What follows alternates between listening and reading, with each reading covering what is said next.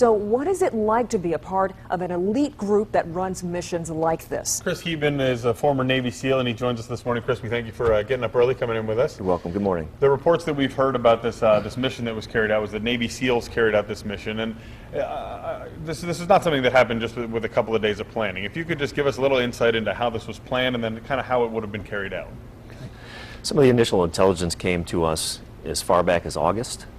So this is something that's been very methodically planned out. We had some information that he was seen in and around this area of Abbottabad, which is about 50 miles north of Islamabad, which is the capital of Pakistan. So as the intelligence was triangulated and developed and validated, the mission tempo kind of increased, and the probability that it was going to happen increased exponentially as the last few days have gone on. So the SEALs were issued what's called a warning order about 48 hours ago. At that time, they had already had an idea of what the compound looked like as far as buildings and lengths and heights of walls and distances to the target. So it was planned out as much as possible with the quickness that it developed.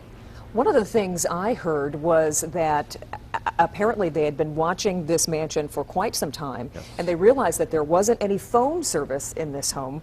There was no internet service, and it's $1 million home, and all the homes around it apparently had that service. They weren't taking their trash out, those kinds of things. So that takes a lot of intelligence, if you will. Sure. Those are very telling signs that you can overtly see. And another piece to that puzzle is the fact that the occupants in that compound were burning trash on a daily basis. This is not something that is done at all in that region. Trash is just wantonly distributed and disseminated nearly everywhere. So this was another warning, another tip-off, if you will, that a high-value target or an HVT was in that area. And how does something like this get carried out? I mean, I understand that the intelligence was very limited. Obviously, not very many people knew about this, and in fact, the understanding is the Pakistani government didn't even know that it was going to happen.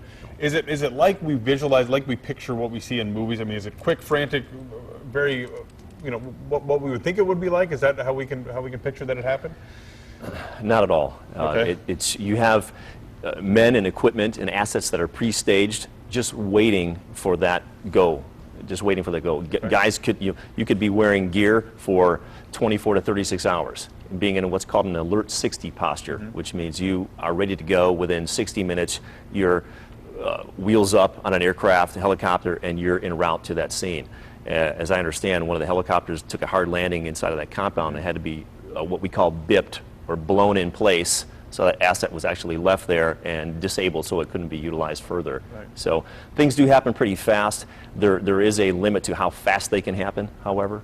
So it's quite glamorized in the movies, Sure. And it doesn't really happen like that. And amazing that no civilian casualties or American casualties through all of this. So SEALs are trained to the utmost of perfection. They're what are called surgical shooters. They can use their weapons extremely accurately, and that's part of the game. A true warrior doesn't go in there and on fully automatic just knocking down anything that moves. That's completely against our ethos. So very surgical precision with everything we do. Any emotions for you when you heard the news this morning? It was wonderful. I was overjoyed. My phone was just exploding. Sure. Little guys wanted to share because this is something that we've been striving to do for the last 10 years. I want to say it's been priority one, but there's been so many other levels and layers to this that it's just finally nice to see a culmination of this. But by no means does this signify the end of things. Right. Make no mistake, folks, this could very well be the beginning. Right. So let's be hyper vigilant here and stay the course.